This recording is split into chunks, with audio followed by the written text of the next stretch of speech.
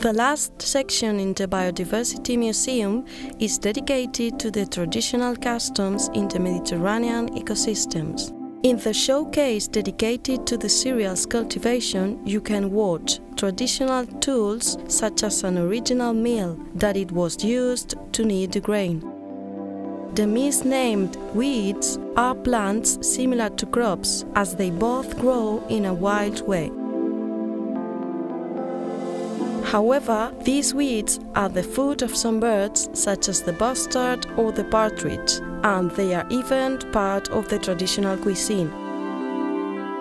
The aromatic and medicinal plants are typical of the Mediterranean culture. Traditional appliances such as the steel were designed for distill and manufacture perfumes, medicines or alcohol drinks.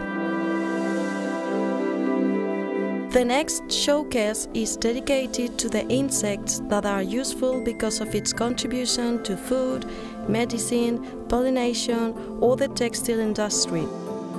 That is the case of the grana, that it is a parasite of the Kermes owl and from where you can get a crimson red dye.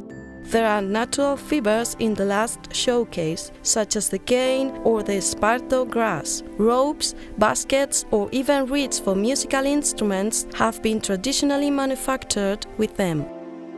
This is the end of the Biodiversity Museum video guide.